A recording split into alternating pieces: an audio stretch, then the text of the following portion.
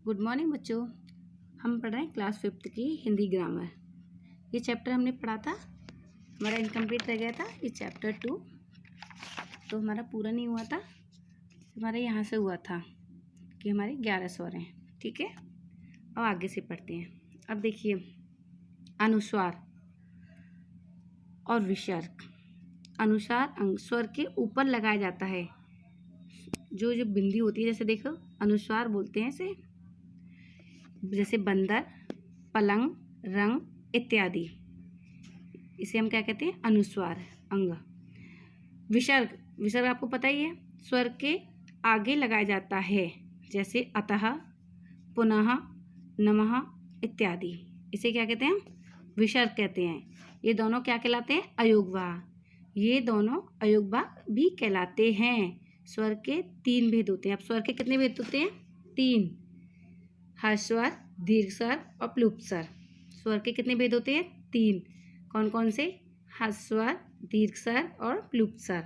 अब देखिए हर्ष स्वर फर्स्ट। इन स्वरों का उच्चारण करने में बहुत कम समय लगता है। हर्ष स्वर का, इनका उच्चारण करते समय बहुत कम लगता है। ऐसे स्वर 4 हैं। ये कितने हैं? 4। से आ, ई, उ और तथा री। हर्ष स्वर कौन कौन से हैं? आ, ई, उ, री। सेकंड देखिए दीर्घ स्वर।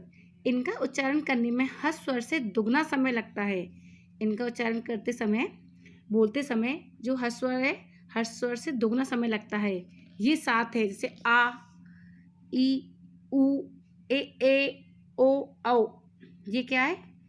दीर्घ स्वर। तो इन्हें किससे दुगना समय लगता है? हर्ष स्वर से। अब देखिए प्लुत स्वर। इन स्वरों के उच्चारण में हर्ष स्वर से तिगना समय लगता है। हर्ष स्वर से तिगना समय लगता है। दीर्घ स्वर में दुगना और इसमें और भी अधिक समय लगता है, तिगना समय लगता है, जैसे ओम, ओ, ऐसे। ये क्या है? प्लुत स्वर। ये थे आपके स्वरों के भेद, हर्ष स्वर, दीर्घ स्वर और प्लुत स्वर। स्वर और व्यंजन वर्ण के सिर और धड़ की तरह एक दूसरे से पूरक हैं।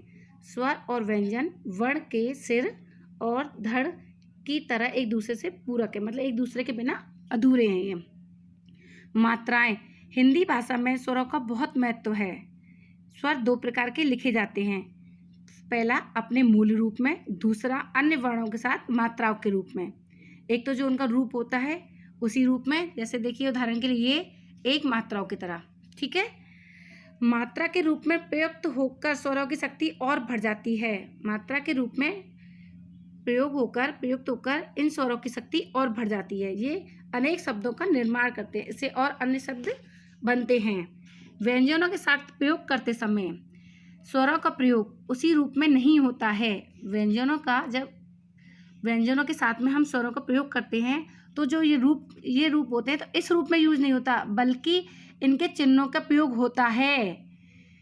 ये चिन्ह मात्रा कहलाती है और ये चिन्ह क्या कहलाते हैं? मात्राएं। जब हम व्यंजनों के साथ में लगाते हैं तो ये नहीं आते, इनके चिन्ह आते हैं, जो हम इन्हें क्या कहते हैं? मात्रा कहते हैं ना। मात्रा लिखिए, स्वर की मात्रा, ये बोलते हैं इन्हें मात्रा। ठीक है, स्वरों की मात्राओं का व्यंजन के साथ मिला हुआ रूप। स्वरों की मात्राओं के साथ व्यंजनों के साथ मिला हुआ रूप। स्वरों का, मात्राओं का और व्यंजनों के साथ में मिला हुआ रूप। जैसे देखिए अ कटहल, आ कागज, ई किला, ई कील, उ कुर्सी, उ कूची। तो ये क्या है? स्वर और मात्रा जिनके शब्द बनते हैं, जैसे री कृष्ण, ए केसर, ए कैलाश, ओ कोमल, औ कौन। ठीक है, ये आपके शब्द हो गए, ये स्वर हो गई, ये आपकी मात्रा हो गई। हाँ तो बच्चों, मात्रा का प्रयोग बहुत ही ध्यान से करना पड़ता है। यदि हम इनके प्रयोग में सावधानी ना बरतें तो भाषा अशुद्ध हो जाती है। अगर इसे सावधानी से ना इस्तेमाल करें या प्रयोग ना करें तो क्या हो जाती है? अशुद्धि हो जाती है। शुद्ध भाषा की यदि बात करें तो का में ई की मात्रा का ध्यान आता है, और की के प्रयोग में हम अक्सर गलती करते हैं। इस गलती से बचने के लिए नीचे लिखे बातों पर ध्यान देना जरूरी है।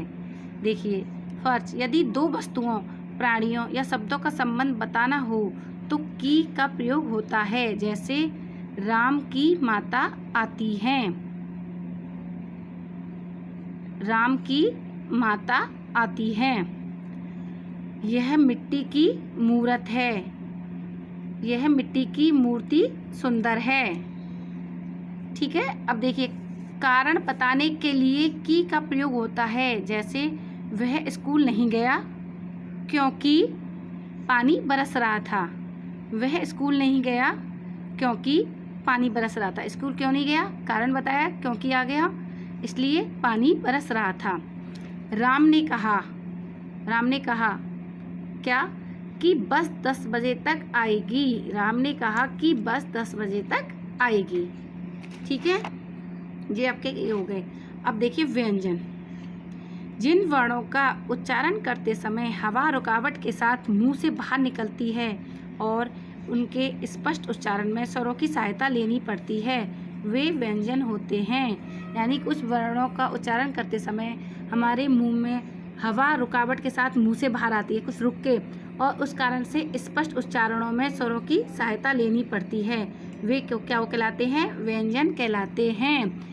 जैसे हिंदी वर्णमाला में का से हाथ तक 33 व्यंजन होते हैं। कितने होते हैं? 33 व्यंजन होते हैं। आज के लिए इतना ही। अब आगे का आपके लिए होमवर्क देखिए। होमवर्क में का नीचे लिखे वस्तुनिष्ठ प्रश्नों में से ही सही विकल्प चुनिए। फर्स्ट, भाषा की सबसे छोटी इकाई स्वर, ब लिपि, सा वर्ण, दा व्यंजन। तो भाषा की सबसे छोटी इकाई कौन सी होती है? वर्ण। अब सेकंड देखिए, हिंदी वर्णमाला में स्वरों की संख्या होती है। हिंदी वर्णमाला में स्वरों की संख्या कितनी होती है? आ 11, बा 18, सा 12, दा 28। तो कितनी होती है? 11।